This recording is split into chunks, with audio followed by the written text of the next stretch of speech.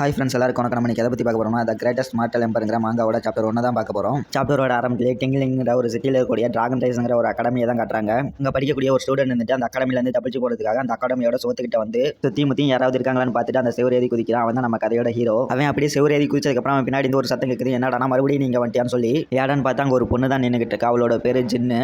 அவன் அந்த dragon rise அகாடமியோட 6th லெவல் ஸ்டூடெண்ட். அதுக்கு நம்ம ஹீரோ வந்துட்டு நீ மறுபடியும் வந்துட்டியா, இப்போ உனக்கு என்ன தான் வேணும்னு சொல்லி கேட்குறான். உடனே அந்த ஜின் பொண்ணு வந்துட்டு மோஜாங்க உனக்கு இதே வேலையாக போச்சு, எப்போ பாரு அகாடமி ரூல்ஸ் மதிக்காம எதையாவது பண்ணிக்கிட்டு இருக்கு, நான் இன்னைக்கு உனக்கு ஒரு நல்ல பாடத்தை கற்றுக் கொடுப்பேன்னு சொல்லி சொல்றா. அப்ப நம்ம ஹீரோ எப்ப பாரு இவளுக்கு நம்ம கிட்ட ஒன்றை இருக்கிறதே வேலையா போச்சு, இன்னைக்கு அவளை நம்ம சும்மா விடக்கூடாதுன்னு சொல்லி யோசிக்கிறான். அதுக்கப்புறம் அந்த சின் பொண்ணு வந்துட்டு மோஜாங் நீ வெறும் 3rd லெவலில் தான் இருக்க, நான் 6th லெவலில் இருக்கேன், உன்னால எனக்கு என்கிட்ட தப்பிச்சு போக முடியாதுன்னு சொல்லி சொல்றா. உடனே நம்ம ஹீரோ வந்துட்டு என்னது 6th லெவல், அதனால என்ன நீ இந்த அகாடமியில் ஒரு ஸ்டூடெண்டாக தானே இருக்க, உன்னால என்ன பண்ணிட முடியும்னு சொல்லி கேட்கறான். அதுக்கு அந்த பொண்ணு வந்துட்டு நல்லா பேசுவோம் மாதிரி பேசுற, எத்தனை பேரை நான் பார்த்திருக்கேன், கடைசியில் எல்லாருமே என்கிட்ட தோத்து தான் போயிருக்காங்கன்னு சொல்லி சொல்றா.